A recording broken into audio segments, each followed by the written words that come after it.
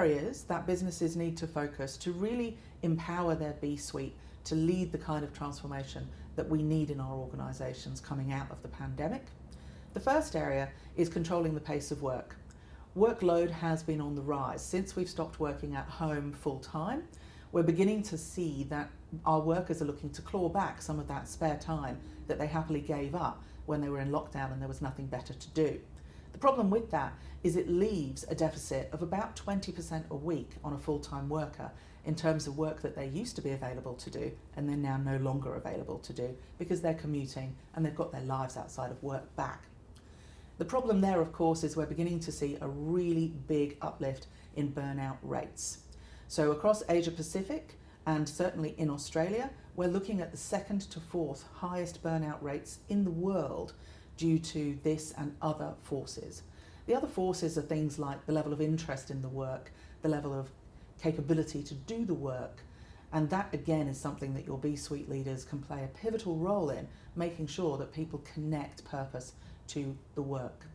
So that's the first area, controlling the pace of the work. The second area is really holding their space.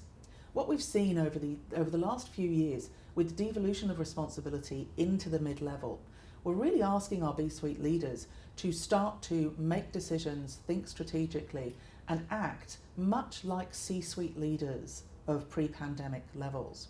But of course, they haven't had the training, they certainly haven't had the experience and the exposure that you will have had. So they need some support in that space, and mentoring from their C-suite is a really important solution to help them reframe their role in a more modern organisation.